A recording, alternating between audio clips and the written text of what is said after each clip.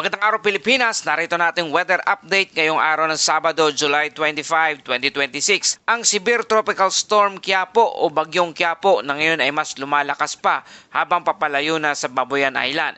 Inaasahang mananatiling maulan at mahangin ang maraming bahagi ng ating bansa at posible pang maging isang ganap na typhoon ang Bagyong Qiapo bago ito tuluyang lumayo sa ating bansa. Para lagi kang updated sa panahon, i-like, i-share at subscribe lang ang ating channel. Mga kababayan, ngayong araw patuloy nating binabantayan ang Severe Tropical Storm Qiapo o Bagyong Qiapo na ngayon ay mas lumakas pa habang papalayo na sa Babuyan Island. Patay sa pinakahuling datos ng sentro ng Severe Tropical Storm Qiapo ay namataan sa katubigan ng Calayan Island sa lalawigan ng Cagayan. Sa kasalukuyan, taglay nito ang maximum sustained wind na umaabot na sa 110 km bawat oras at may pagbugsong umaabot sa 135 km bawat oras. Habang ang central pressure nito ay nasa 985 hectopascal. Mga kababayan, patuloy itong kumikilos pakanluran, hilagang kanluran o west-northwestward sa bilis na 30 km bawat oras. Ang malawak na sirkulasyon ng bagyo ay umaabot na hanggang 450 km mula sa sentro. Dahilan upang maramdaman pa rin ang epekto nito sa malaking bahagi ng Northern Luzon at maging sa iba pang lugar na naaabot ng pinalakas nitong habagat. Bagamat unti-unti nang lumalayo ang sentro ng bagyo sa kalupaan ng ating bansa, hindi nangangahulugan na tapos na ang panganib. Sa katunayan, habang nasa dagat pa ito, patuloy itong hinihigop ang napakaraming moisture mula sa karagatan na siyang nagpapalawak ng lawak ng mga ulap at nagpapatuloy ng mga pag-ulan sa iba't ibang bahagi ng ating bansa. Kaya mga kababayan, kung ating mapapansin, sa unang tingin maaring isipin ng marami na kapag ang sentro ng bagyo ay lumayo na sa ating bansa, automatic nang mawawala ang epekto nito. Ngunit tandaan natin na hindi lamang ang lokasyon ng mata ng bagyo ang mahalaga. Mas mahalagang tingnan ang kabuang lawak ng sirkulasyon nito, ang kondisyon ng karagatan at ang interaksyon nito sa southwest monsoon o habagat. Sa kasalukuyan, nananatili ang Bagyong Qiapo sa isang kapaligarang may mainit na temperatura na dagat, sapat na moisture at favorable na atmospheric condition. Dahil dito, may sapat pa itong enerhiya upang magpatuloy sa pagpalakas kahit papalabas na ng ating Philippine Area of Responsibility. Batay sa opisyal na forecast, may posibilidad na umabot pa ito sa typhoon category bago tuluyang maglandfall sa timog ng bahagi ng mainland China. Ibig sabihin nito mga kababayan, kahit hindi na direktang tatawid sa malaking bahagi ng ating bansa ang sentro ng bagyo, maaari pa rin itong palakasin ang hanging habagat na siyang pangunahing dahilan ng malalawak na pag-ulan sa kanlurang bahagi ng ating bansa. Isa rin itong paalala na hindi dapat nakatuon lamang ang ating pansin sa forecast track. Maraming pagkakataon na ang pinakamalakas na pag-ulan ay hindi mismo sa nangyayari sa dinadaanan ng mata ng bagyo, kundi sa mga rehiyong naaabot ng pinalakas nitong monsoon flow o daloy ng habagat. Sa mga susunod na oras, habang patuloy na kumikilos ang Bagyong Qiapo sa West Philippine Sea, inaasahan na magiging organisado pa ang kanyang sirkulasyon.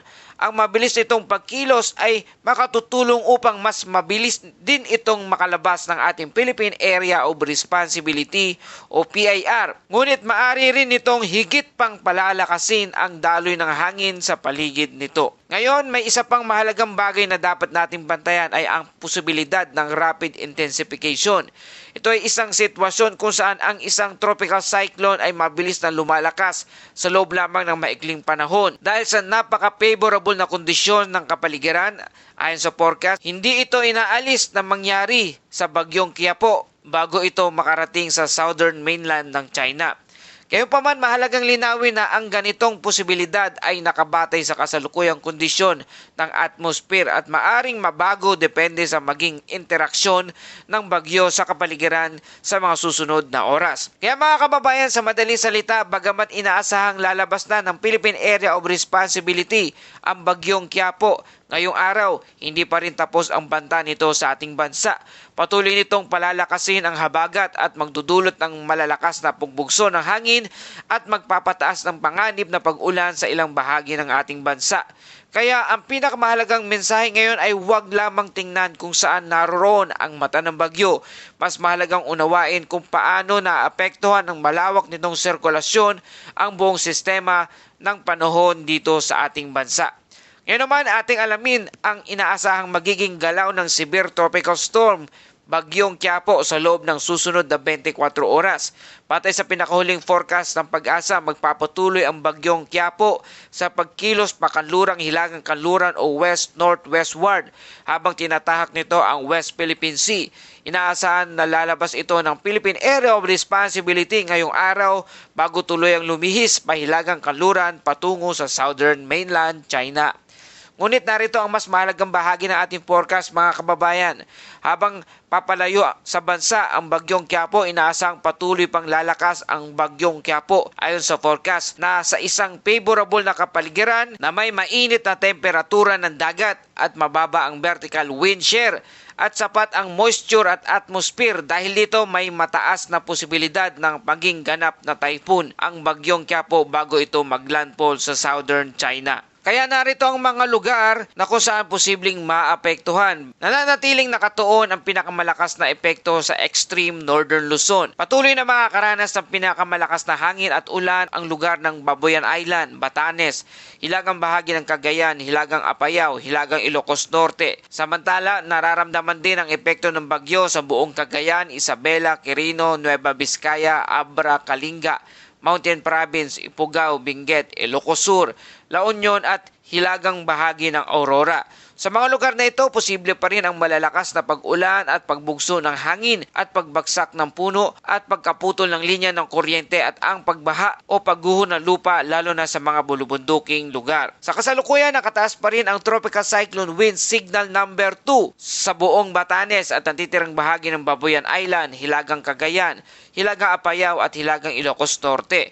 Sa ilalim ng signal number 2, inaasahan ang gale force wind na maaring magdulot ng pinsala sa mga bubong, mga puno, billboard at iba pang mahihinang estruktura. Samantala, nasa ilalim naman ng signal number 1 ang mas malawak na bahagi ng Northern Luzon, kabilang ang natitirang bahagi ng Cagayan, Isabela, Quirino, Nueva Vizcaya, Abra, Kalinga, Mountain Province, Ifugao, Benguet, Ilocos Norte, Ilocos Sur, La Union at hilagang Aurora. Bagamat ito ang pinakamababang wind signal, hindi ito dapat maliitin. Posible pa rin ang mga biglaang bugso ng hangin, lalo na sa mga matataas na lugar at baybayin. Para naman sa ating heavy rainfall outlook, bukas, araw ng linggo, inaasahan ang 100 to 200 millimeters na buhos ng ulan sa lugar ng Cagayan, Apayao. Ito ay sapat upang magdulot ng mabilis na pagbaha, pag-apaw ng mga ilog at landslide, lalo na sa mga bulubunduking lugar. Samantala, 50 hanggang 100 millimeters naman na buhos ng ulan inaasahan sa lugar ng Batanes, Isabela, Kalinga, Abra at Ilocos Norte. Ngayong araw, 100 to 200 millimeters na buhos ng ulan sa Apayao, Ilocos Norte, Ilocos Sur at 50 to 100 millimeters naman na buhos ng ulan sa Cagayan, Batanes, Abra, Kalinga, Mountain Province, Ifugao, Benguet at La Union. Bukod sa direktang ulan mula sa Bagyong Quiapo, patuloy ding pinalalakas ng bagyo ang southwest monsoon o habagat. Ngayong araw, moderate hanggang heavy rain ang inaasahan sa Negros Oriental, Zamboanga del Norte, Zamboanga del Sur, Lanao del Norte, Lanao del Sur, Maguindanao del Norte, Sultan Kudarat, Sarangani. Bukas naman ay inaasahan ang katamtaman hanggang malalakas sa pag-ulan sa lugar ng Antique, Negros Occidental, Negros Oriental, habang sa susunod na araw ay posible ring makaranas ng parehong kondisyon sa Occidental, Mindoro, Antique. Mahalagang tandaan na mas mataas pa ang aktual na dami ng ulan sa mga kabundukan, kaya hindi isinasantabi ang posibilidad na biglaang pagbaha at pagguho ng lupa kahit sa mga lugar na hindi direktang dinaraanan ng sentro ng bagyo. Mga kababayan, kahit papalayo na sa ating bansa ang sentro ng Severe Tropical Storm Quiapo, sa susunod na 1 hanggang 2 araw inaasahan pa rin ang mga pag-ulan sa ilang bahagi ng ating bansa dahil sa kombinasyon ng habagat at ang malawak na sirkulasyon ng Bagyong Quiapo.